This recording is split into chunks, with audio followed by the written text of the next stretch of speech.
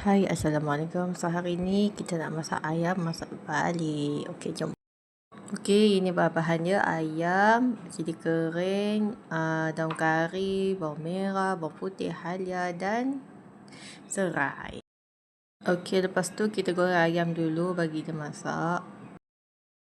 Okey, mula kita masukkan daun kari bersama dengan serai yang diketuk. Okey, serai tu jangan dipuas, diketuk ya. Alright. Okey, lepas tu korang jangan lupa masukkan bahan yang kita blend tadi, iaitu bawang merah, bawang putih dengan halia.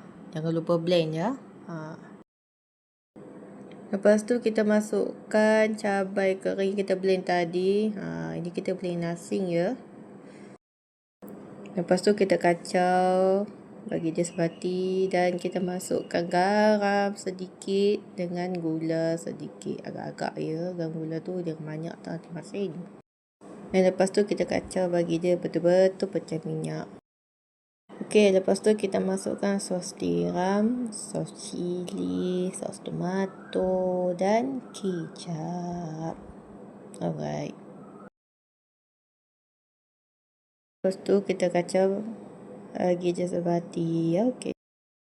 Lepas sama kita dah pecah minyak, kita masukkan ayam goreng tadi yang kita goreng, kita kacau-kacau dan kita bagi dia sebati. Okey. Okey, lepas tu kita masukkan cabai melaka dan kita masukkan daun kari dan kacau-kacau sikit, and then dah siap kita punya ayam masak balik. Itu saja untuk hari ni. Selamat mencuba. Assalamualaikum. Bye bye.